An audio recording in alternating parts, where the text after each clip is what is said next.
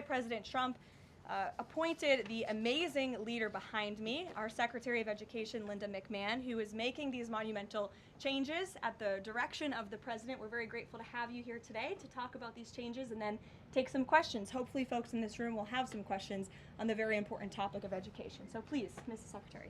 Thank you. Thank you very much, Caroline. It's really a pleasure to be here with you today, and thank all of you for being here as well. My purpose here is to speak directly to the American families, not just you, but to the American families, about the work this administration is doing in education to reverse our national decline with a hard reset of our educational system. That reset was a top campaign promise from President Trump to send education back to the states and end Washington's micromanagement of education once and for all. This week we took the most decisive steps thus far to make good on this promise to you.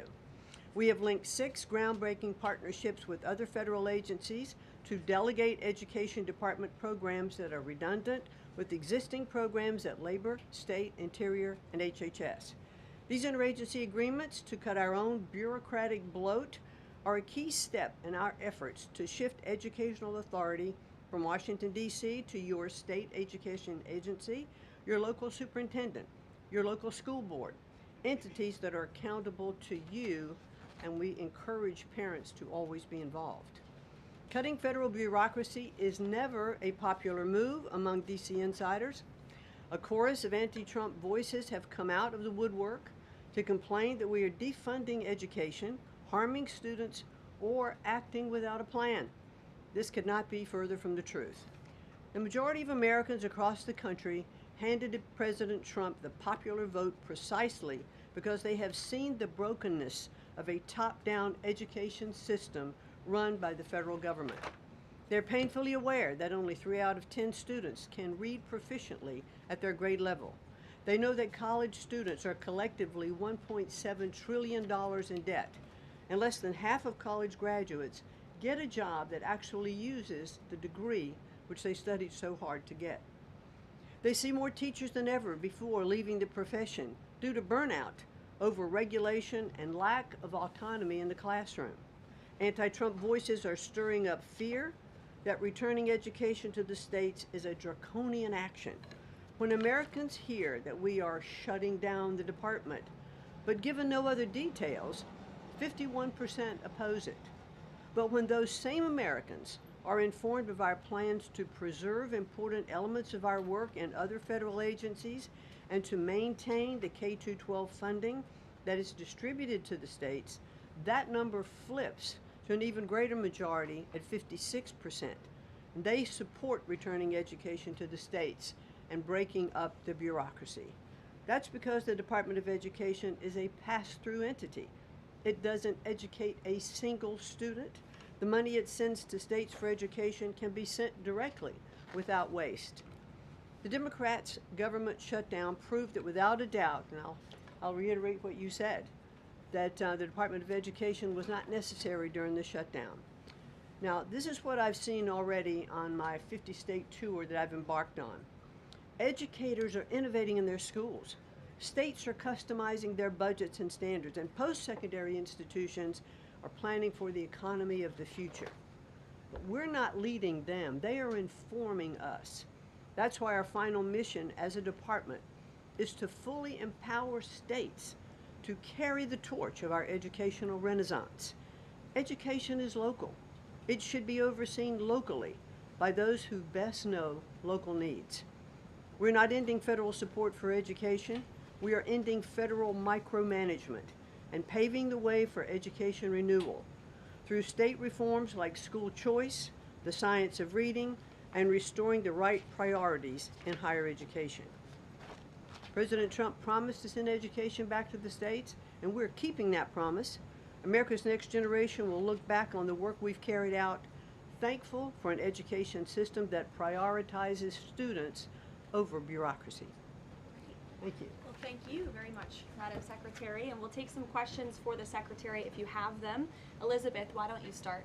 Thank you for joining us. You announced the partnership to move some functions of the Education Department to other agencies. Are you talking to members of Congress about codifying this so that it lasts beyond the administration? Yes, we started our conversation, and thanks very much for asking that, because there have been some reports that Congress is in the dark on this. That's clearly not true. We've been talking to, I've talked to dozens of members of Congress to explain to them exactly what we're doing, to bring them up to speed, and to say to them, look, when we have completed some of these transfers that are working incredibly well, then we will be looking to Congress to codify those, make them permanent. Brian. Thank you. Secretary McMahon, what is the update on the negotiations with Harvard? I know the President has publicly pointed to you as somebody who's worked on that. I think you've talked about that at length, but I'd like to understand, where are things with those negotiations with Harvard this time? They're ongoing negotiations, and I feel very comfortable that we are getting close to having those negotiations finalized. It's been open door conversation all along. Deanna? Hello, Mrs. Secretary. The President recently posted about establishing a federal standard for AI. Do you know if the administration has a view on the use of AI for students in schools? And Caroline, do you know if the President personally uses AI? I don't think so. You can handle I've that never one. witnessed it, so I can't attest to that. Well, I do think AI is going to need guardrails, but I have witnessed AI firsthand. I was at the Alpha School in Austin, Texas, and the first 2 hours of every day in that school, students are learning through AI. They have their headsets on, they're in front of their screens, and the AI is really acting as like an individual tutor for those students, allowing those students that can progress faster to do that. Those who need a little catch-up, it refeeds information to them. And so after those 2 hours of learning, the basics of what they're doing in their curriculum that day, then they spend the rest of the day, I mean, they have good recess and all of that time, but then they spend the rest of the day in what are called life skills, and they're actually using the information that they've learned this morning. So I've seen some AI in action that is really proving quite beneficial. Michael. Thank you, Caroline. Secretary McMahon, as the Education Department continues to pare down, can you talk about taxpayer services like charter school grants and how the department will continue to assist kids with special needs? Well, we are going to make sure that there's no interruption in getting that grant money out the door. I mean, that money is, it comes from Congress, it's appropriated by Congress, and we legally are obligated to do that. And the transitions we're starting to make, our first programs that went over to the Department of Labor, that was a few weeks ago. We actually signed the first interagency agreement, which we accomplished under the authority of the Economy Act. We transferred grants for WIOA and for the Perkins Act. And the really good news is that the Department of Labor has a much more sophisticated system, technology system and grant fulfilling system than the Department of Education does. As a matter of fact, our executive manager that went over with that group over to Labor said he would compare what the labor system is to education's like held together by bubble gum that is not connected to any other part. So we were able to get those grants out the door more smoothly, and states have actually better access for those systems than they do at the Department of Education. So that's a real bonus. Take a couple more. Carrie, go ahead. As far as the diversity, equity, and inclusion new regulations that came out from the administrations, a lot of schools, whether high school or even higher education is concerned, some of them are defying these new administration policies, even apparently according to a new report. I'm sorry, I can't hear you, Rick. As far as there's been a new report from the administration saying that half of medical schools are defying the administration when it comes to DEI policies. What type of action will the administration take for these schools that are defying the new DEI policies? Well, certainly the President has been very clear, and the Department of Education has taken measures to make sure that as schools are developing, their policies, or if they have open DEI offices, they're closed, or DEI regulations and rules are stripped, from their programs, and so that will continue. Great. We'll take one more. Go ahead. Thank you, Caroline. Secretary McMahon, my question is, since you said 3 out of 10 students are literate with regard to their reading capacity, would now the states help to improve those numbers since you have gone back to the states? Well, what we are finding that the states that are making great progress It's through their own innovation. It's not coming from the Department of Education. I think the Department of Education is really misunderstood about what our function is. We don't teach one student. We have nothing to do with the curriculum that are in any states. We are a pass-through pathway from money that's appropriated by Congress to get to the states. But what we have seen in those states that have taken that initiative and they are embracing the science of reading and returning that into their school programs. Louisiana has done it. Mississippi, they call it the Mississippi Miracle, because they were like, I think, bottom or next to last in reading proficiency in Mississippi. And now they're like middle of the pack, which has been a really big jump. Florida has, Iowa has, Tennessee. So, but these are innovations that are done at the state level. This is not anything we're dictating, and that's why I'm saying returning education to the states where they really are already leading in their education endeavors, and 90% of their budget they provide. The federal government only provides 8 to 10% of the budget for education, so let's make sure that that grant money that's coming from the federal government is getting in their hands as efficiently as possible and getting to students.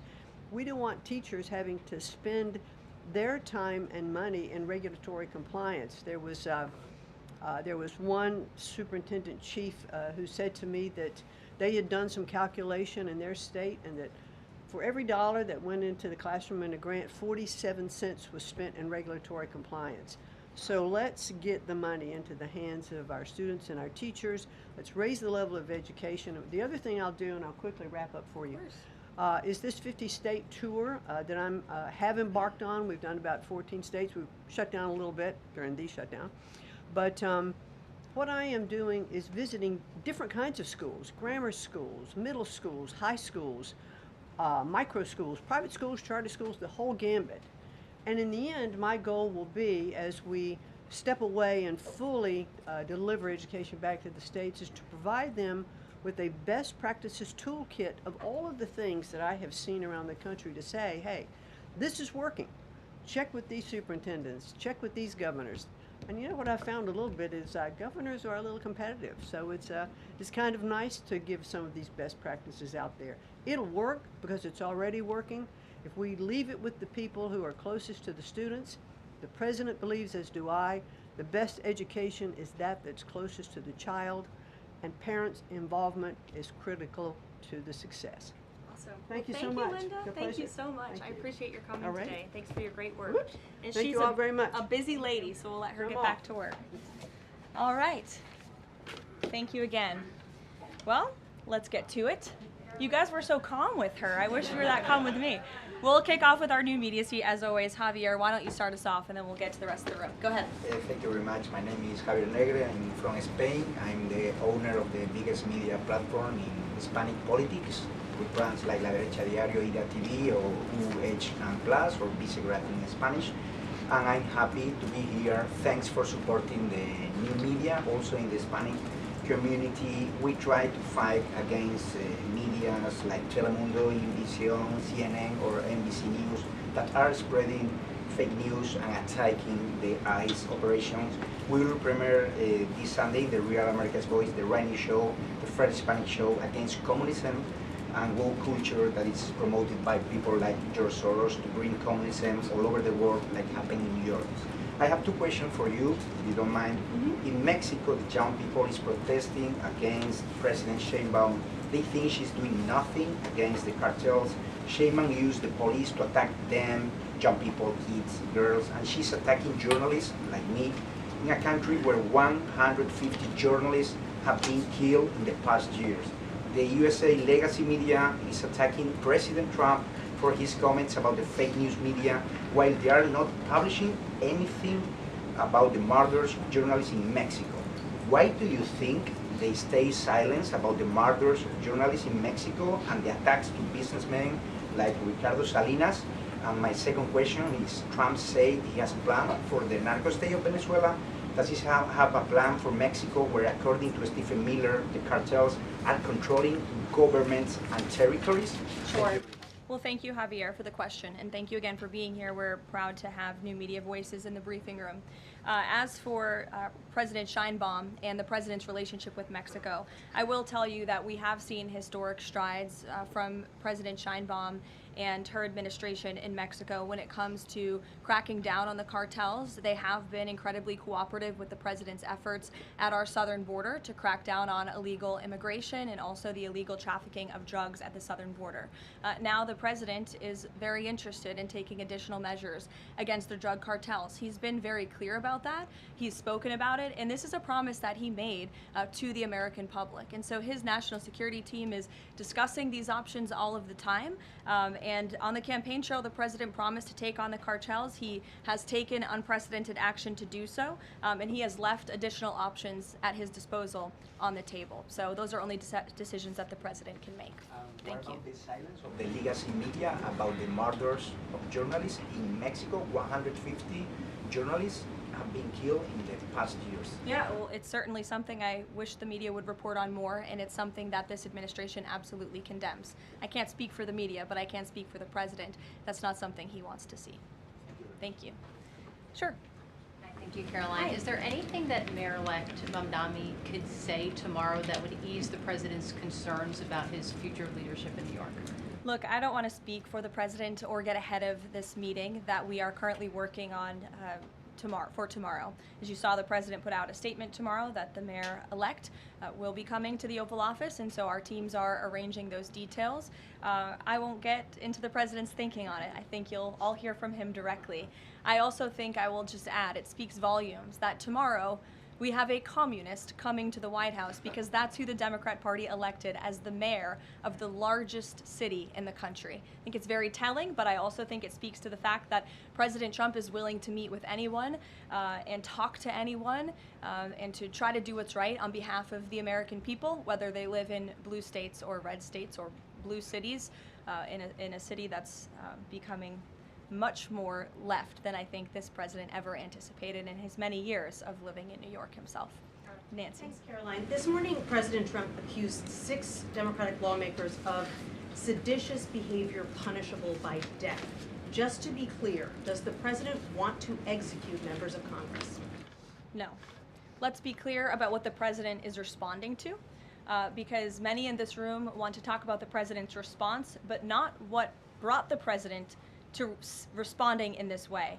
You have sitting members of the United States Congress who conspired together to orchestrate a video message to members of the United States military, to active duty service members, to members of the national security apparatus, encouraging them to defy the president's lawful orders. The sanctity of our military rests on the chain of command. And if that chain of command is broken, it can lead to people getting killed. It can lead to chaos. And that's what these members of Congress who swore an oath to abide by the Constitution are essentially encouraging. We have 1.3 active duty service members in this country. And if they hear this radical message from sitting members of Congress, that could inspire chaos and it could incite violence and it certainly could disrupt the chain of command.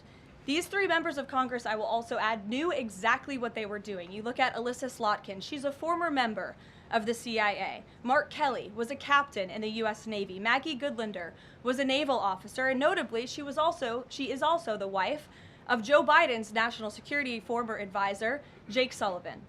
And so these members knew what they were doing. They were leading into their credentials as former members of our military, as veterans, as former members of the national security apparatus to signal to people serving under this commander-in-chief, Donald Trump, that you can defy him and you can betray your oath of office. That is a very, very dangerous message, and it perhaps is punishable by law. I'm not a lawyer. I'll leave that to the Department of Justice and the Department of War to decide. But the president has Chris, frequently, but Caroline, can I just follow up? The president and the vice president, for that matter, have accused the other side of encouraging political violence. Isn't that exactly what the president is doing when he says that members of Congress should be killed? Why aren't you talking about what these members of Congress are doing to encourage and incite violence? They are literally saying to 1.3 million active duty service members not to defy the chain of command, not to follow lawful orders. Actually, Every single you can refuse an illegal order, which but is they in are uniform but of they're military suggesting Nancy, that the president has given illegal orders, which he has not. Every single order that is given to this United States military by this commander-in-chief and through this chain of command, through the Secretary of War, is lawful. And the courts have proven that. This administration has an unparalleled record at the Supreme Court because we are following the laws. We don't defy court orders. We do things by the books. And to suggest and encourage that active duty service members defy the chain of command is a very dangerous thing for sitting members of Congress to do. And they should be held accountable, and that's what the president wants to see. Phil. Thank you. Ambassador Mike Huckabee had a meeting with Jonathan Pollard, a former U.S. citizen who was convicted and spent 3 decades in jail for selling state secrets to Israel. Did the White House know that that meeting was going to happen? Does the administration condone it? The White House was not aware of that meeting, but the president stands by our ambassador, Mike Huckabee, and all that he's doing for the United States and Israel. You said that the president was going to do what was right for U.S. citizens, regardless of whether they lived in blue or red states. I'm curious if there's any chance in tomorrow's meeting with Mayor-elect Mamdani that he will be able to convince the president to abandon that promise to cut off federal funding to New York City. Look, Phil, we'll see how the meeting goes tomorrow, and I'll let the president speak for himself. Natalie. Thank you, Caroline. What did the president mean when he called reporter piggy? Look, the president is very frank and honest with everyone in this room. You've all seen it yourself. You've all experienced it yourselves, and I think it's one of the many reasons that the American people reelected this president, because of his frankness. And he calls out fake news when he sees it. He gets frustrated with reporters when you lie about him, when you spread fake news about him and his administration. But he also is the most transparent president in history, and he gives all of you in this room, as you all know, unprecedented access. You are in the Oval Office almost every day asking the president questions. And so I think the president being frank and open and honest to your faces rather than hiding behind your backs is frankly a lot more respectful than what you saw in the last administration, where you had a president who lied to your face and then didn't speak to you for weeks and hid upstairs and didn't take your questions. So I think everyone in this room should appreciate the frankness and the openness that you get from President Trump on a near daily basis. And Go ahead. As a follow-up, Yes. The Washington Post just reported that the Coast Guard has I'm stopped calling on considering- Bloomberg. Go ahead. Caroline, thank you. 2 questions for you. The New York Times is reporting that the administration is now sending a U.S. official to the G20. They're sending Mark Dillard. Can you confirm if that is true, and then also explain the shift in? I'd be happy to explain, because there is not a shift. The United States is not participating in official talks at the G20 in South Africa. I saw the South African president running his mouth a little bit against the United States and the president of the United States earlier today, and that language is not appreciated by the president or his team.